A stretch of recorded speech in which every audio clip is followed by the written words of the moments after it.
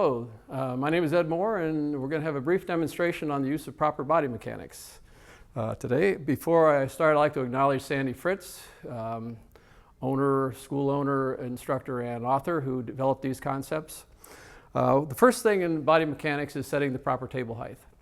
So a good way of doing that, a rule of thumb is 1/2 of your total overall height. So you can use a string, go to the top of your head, take that in half, and roughly that should be the height of the table. Give or take 1 or 2 inches depending upon your body style. The second thing we want to cover, principle, is the proper stance. You always want to have your feet shoulder width apart. The feet, hips, shoulders, face, head all directing toward the direction of the stroke that you want to use.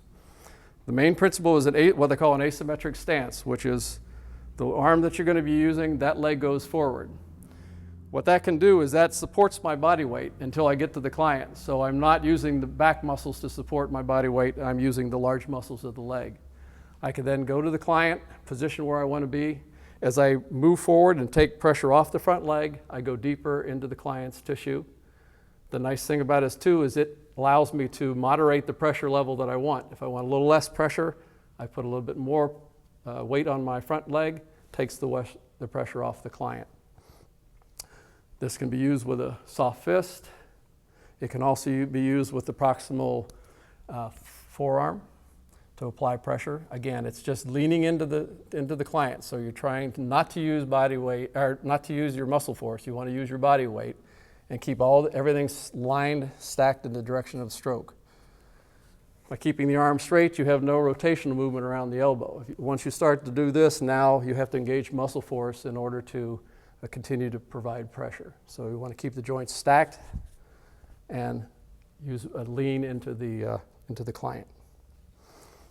From a standpoint of gliding, you also want to find out the hills.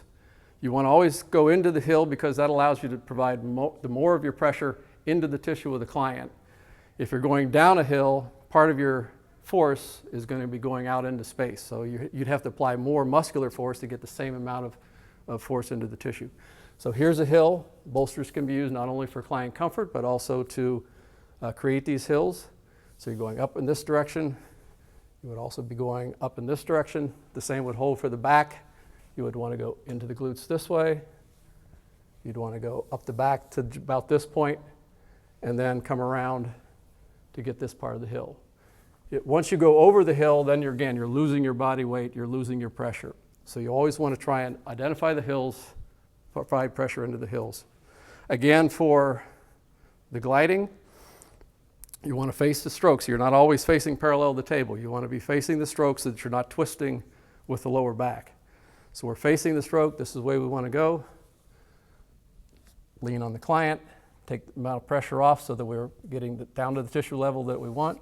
And then it's a matter of just leaning forward with body weight, gliding up the client. If we need a longer stroke, you need to take an extra step. What you do not want to do is have your arm or your shoulder go past maybe 45 degrees. If you start to getting up in this area, you're getting into potential for rotator cuff problems. So again, if you wanted a longer stroke, it'd be a matter of taking a stroke, hesitate for a second, small step, and continue on with the stroke, keeping the pressure consistent. The other thing why you don't want to use a parallel stance at the table is that your body weight, when going down to the client, now I'm supporting, until I get to the client, I have to support my lower back with the muscles of the back. I'm not using the larger muscles of the leg. Once I get to the client, I'm probably okay, unless the client says that's too much pressure. Now if I have to back off, whatever pressure I'm backing off is now being absorbed by the muscles of the back. Whereas if I'm in the asymmetric stance, I'm into the pressure, the client says back off halfway, I can just put more pressure onto the front leg, which reduces the pressure on the client, but it's still supporting my body weight in the middle of the feet, so I'm not stressing out the lower back. Okay, in summary, the reason why proper body mechanics is so important is that as a massage therapist, you want to make a career out of this, and you want to be able to do massage pain-free with no fatigue.